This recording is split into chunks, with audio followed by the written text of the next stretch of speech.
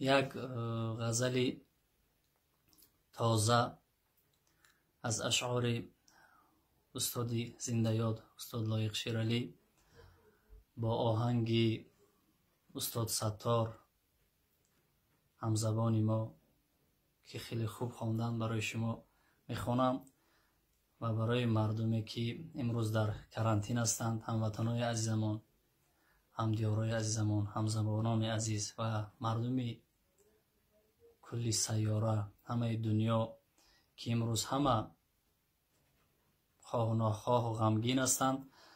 انا هیچگاه غم مخورید، زیغ مباشید. خدا خواهد انشاءالله همهش خوب میشد. پایان شب سیاه سفید است و خداوند رحم ما و شما رو میخورد. عزیزانم، هیچگاه درد و غم نبینید.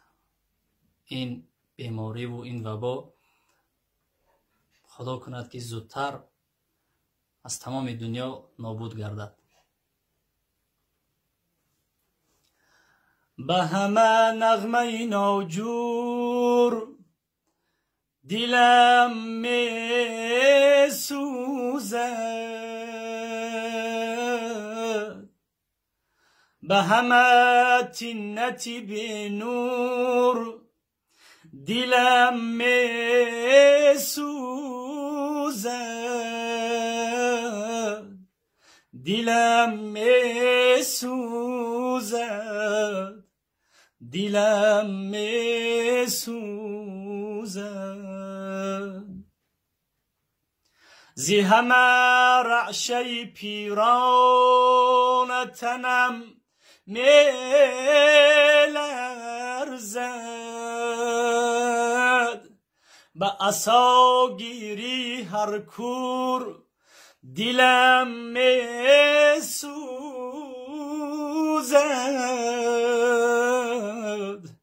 دلم می سوزد. بید مجنون شده سرخم زی ملامت بینم، به همه ولوله و شور دلم می سوزد، دلم می سوزد، دلم می سوزد.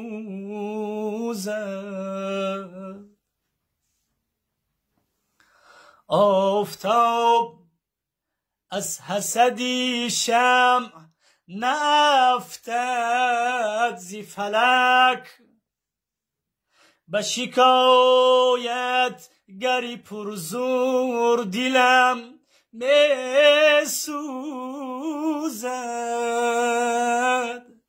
به شکایت گری پرزور دلم می سوزد، دلم می سوزد. هرگه تا به فلک راه برد مهواره، به دلی عاشقی ره دور دلم می سوزد، دلم می سوزد.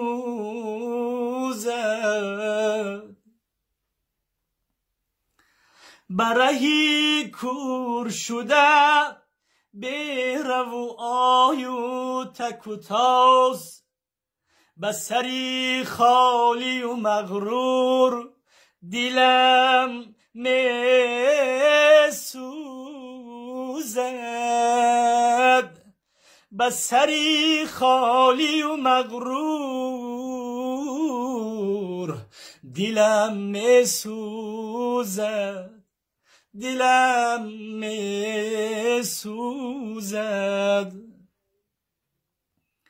به قدیم مادری پیرم، به قدیم مادری پیرم کی زمین بوس شده، کی زمین بوس شده، منیهد پا بلبی گور، دلم میسوزد،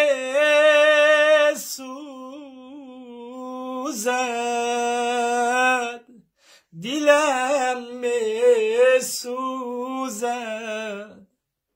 بسری خالی و مغرور، دلم میسوزد، به شکایت نویسی زور، دلم میسوزد،